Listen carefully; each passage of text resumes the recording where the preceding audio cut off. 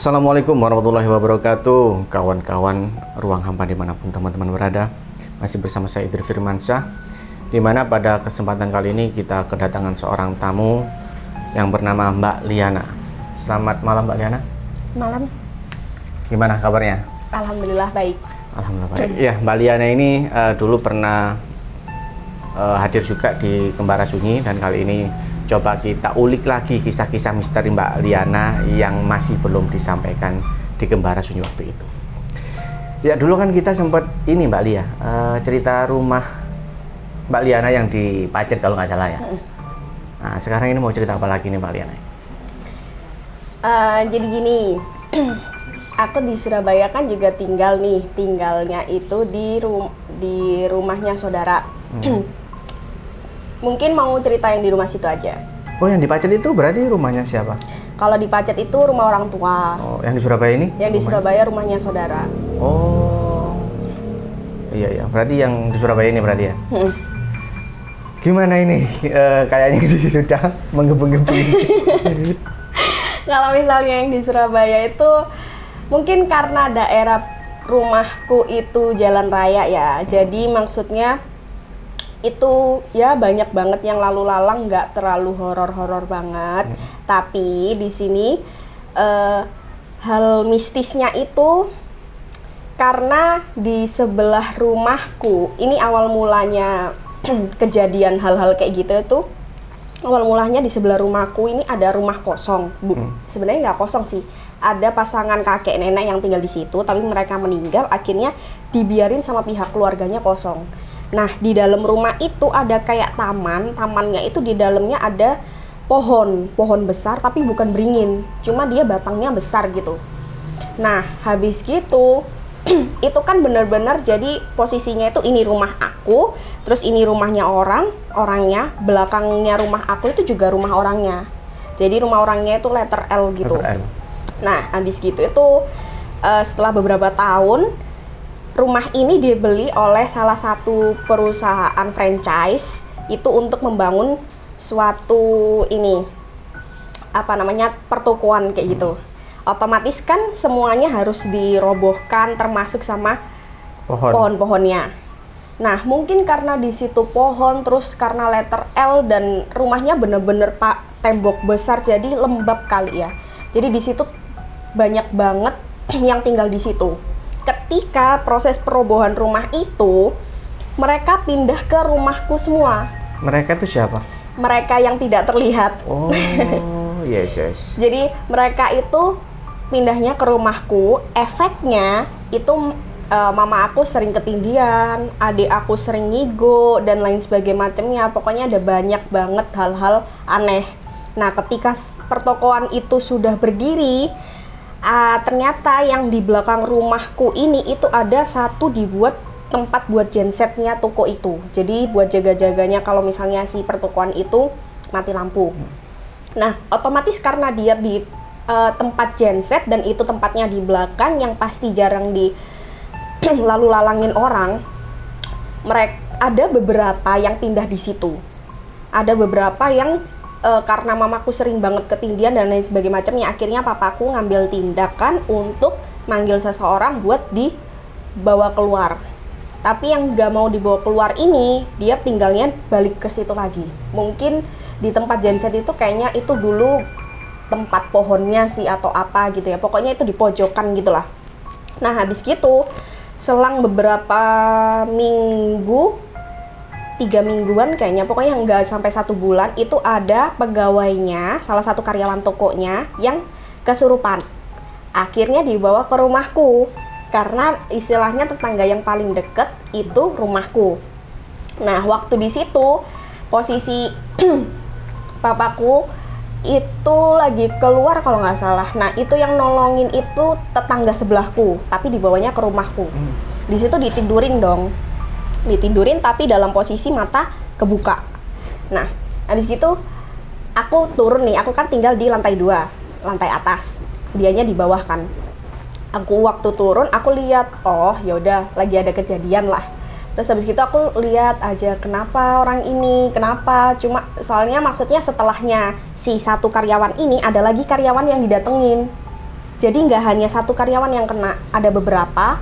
Udah selesai, terus yang sudah selesai ini dibalikin temennya yang lain, temennya yang lain, iya kayak gitu. Terus habis gitu kan aku mikirnya juga, ya ampun kasihan banget gitu loh. Kalau misalnya ini berlanjut terus, karena itu mulai dari siang jam 10-an, pokoknya sekitaran jam segituan lah, nggak sampai jam 12, itu sampai petang, itu kayak gitu terus. Kan kasihan, apalagi yang kena itu bener-bener cewek. Jadi nggak ada cowoknya sih yang kena. Nah habis gitu akhirnya aku tanya nih, tapi tanyanya ya lewat batin sih, nggak langsung ngomong. Aku tanya lewat batin, kenapa kamu? Ternyata itu ada salah satu karyawan yang dia niatnya, aku nggak tahu karyawan ini tujuannya ke area genset itu ngapain, tapi dia itu ternyata nginjak kaki anak kecil. Terus habis gitu, ya kan kalau misalnya secara logika orang yang nggak bisa lihat kan, ya nggak salah juga kan.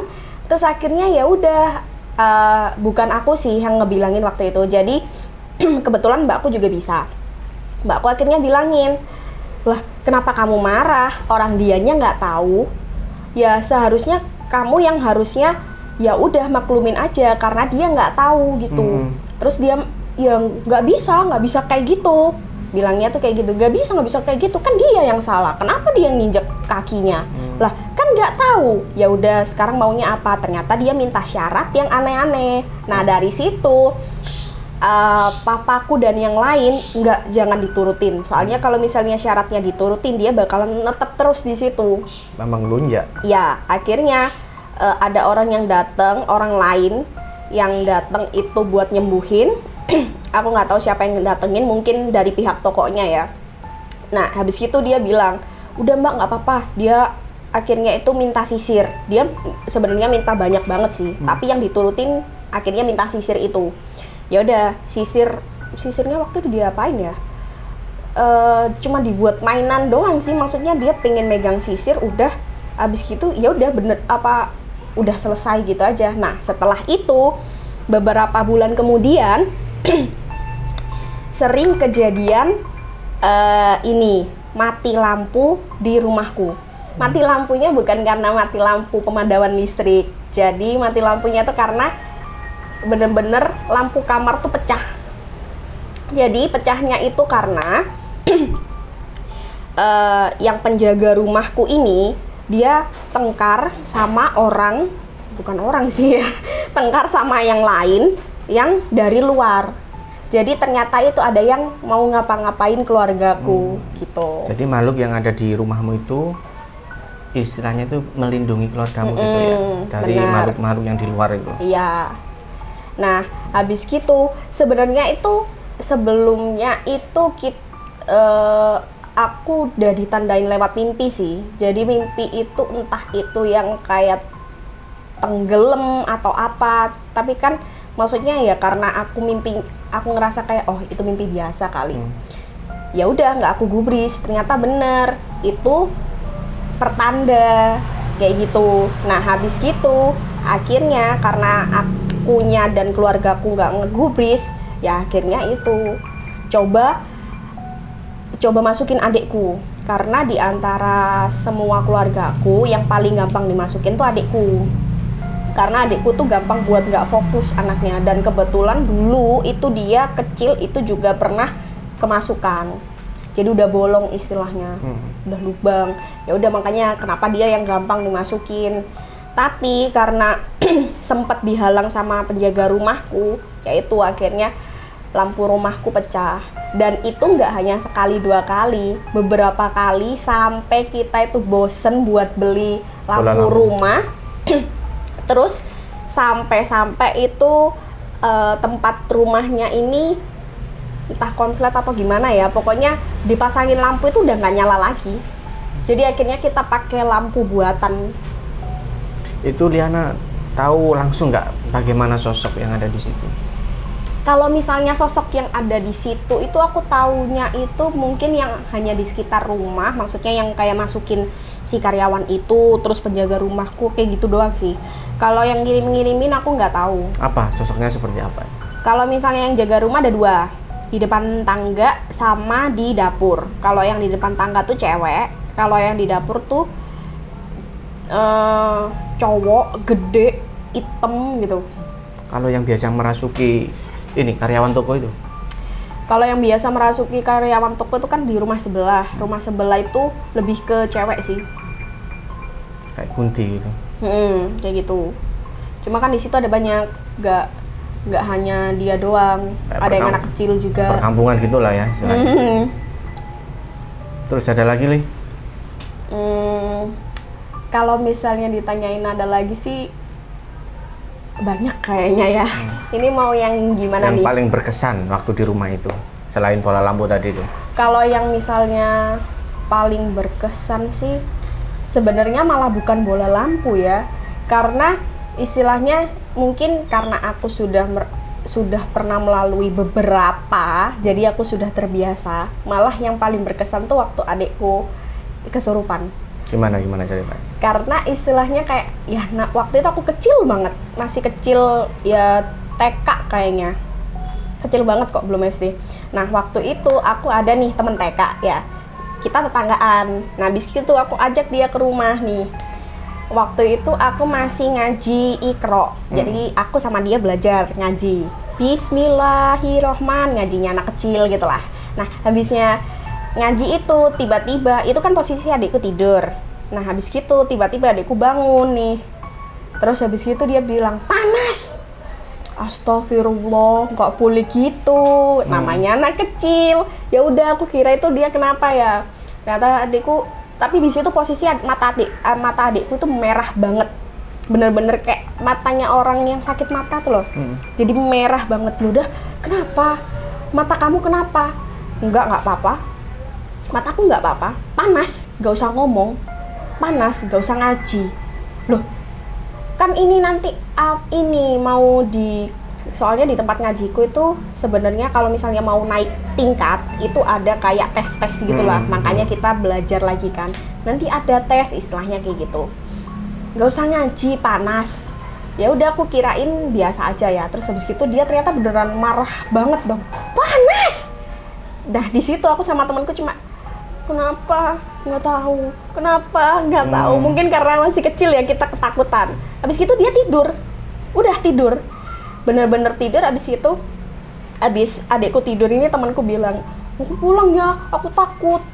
Jangan pulang, aku takut. Nggak apa-apa, kamu sama adikmu aja. Nggak mau berdua, nggak mau. Mamaku pulangnya masih lama, soalnya waktu itu posisi mamaku lagi keluar juga. Berarti cuma berdua? Benar-benar bertiga. Sama aku, adikmu? temenku sama adikku tuh. Aku nggak mau berdua, nggak apa-apa. Nggak usah takut, kan dia adikmu. Nggak mau, aku takut. Nah, habis gitu ternyata dia pulang beneran kan. Waktu udah pulang, gak berapa lama gitu adikku bangun. Benar-benar kayak orang baru bangun. Terus aku tanya, kamu tadi kenapa? Kenapa? Lah, kamu tadi marah-marah waktu aku latihan ngaji. Enggak, aku lo ngantuk, aku lo tidur, aku lo mimpi makan es krim. Lah, beneran kamu tadi itu bangun marah-marah, ngomong panas? Enggak. Ya wis. Nah, waktu itu aku nggak tahu dong kalau itu namanya kesurupan ya, namanya anak kecil. Aku biarin cerita itu beberapa lama, terus ketika aku baru tahu kalau itu namanya kesurupan, baru, oh ternyata adikku dulu itu kesurupan. Udah yang kayak gitu sih, soalnya bener-bener mungkin karena itu baru pertama kali aku ini kali ya. Jadi kayak kaget, shock banget. Bener-bener tangan tuh gemeteran kayak gini. Enggak apa-apa. Kan beneran nggak apa-apa? Nggak apa-apa. Jadi aku, iya udah wis nggak apa-apa. Jadi bener-bener gemeteran gitu. Itu sih kayaknya yang berkesan. Soalnya maksudnya kalau yang lain kan kayak, oke lah udah ada adaptasinya. Berarti itu kan masih kecil kamu ya? Belum, istilahnya itu pohon yang besar itu belum ditumbang? Kalau misalnya belum ditumbang, kayaknya belum sih. Soalnya aku di sana, aku sebenarnya tinggal di Surabaya itu nggak dari kecil juga. Jadi maksudnya kecilku banget itu dulu nggak di Surabaya, adalah di luar pulau kayak gitu. Baru ke Surabaya pas TK mungkin. TK apa SD? Enggak, TK-an. TK-an mungkin ya. Tapi sekarang berarti masih ada rumah di Surabaya? Rumah di Surabaya masih ada. Ditempatin sama saudara. Saudara. Masih suasana auranya masih sama seperti dulu apa udah beda? Kalau misalnya suasananya mungkin karena sempat dijadiin pertokoan kali ya. Jadi kan sering banyak orang, udah beda sih. Udah beda, agak lebih ini mungkin ya. Lebih friendly. enak. Lebih enak aja suasananya. Wih, itu dia rumah Liana pada saat kecil. Bagaimana? Pengen rumah kayak Liana juga? Kok gitu? Patut dicoba ya. Ya mungkin dimanapun itu pasti ada lah Yali seperti itu Yali. Tinggal kita terbiasa, lama-lama juga terbiasa karena hidup berdampingan juga. Nanti mental juga akan terasah seperti Mbak Liana ini. Itu dia kisah Mbak Liana beserta rumah yang ada di Surabaya. Teman-teman bisa ambil hikmahnya sendiri. Teman-teman bisa cari pelajaran apa yang ada di cerita Mbak Liana tersebut. Jangan lupa untuk tetap like, comment, subscribe, dan share video ini sebanyak-banyaknya biar kita lebih bersemangat lagi untuk menyajikan konten-konten yang lebih menarik dan lebih horor. Sekian saya Idris Firmansyah dan Liana. Kami pamit undur diri. Wassalamualaikum warahmatullahi wabarakatuh.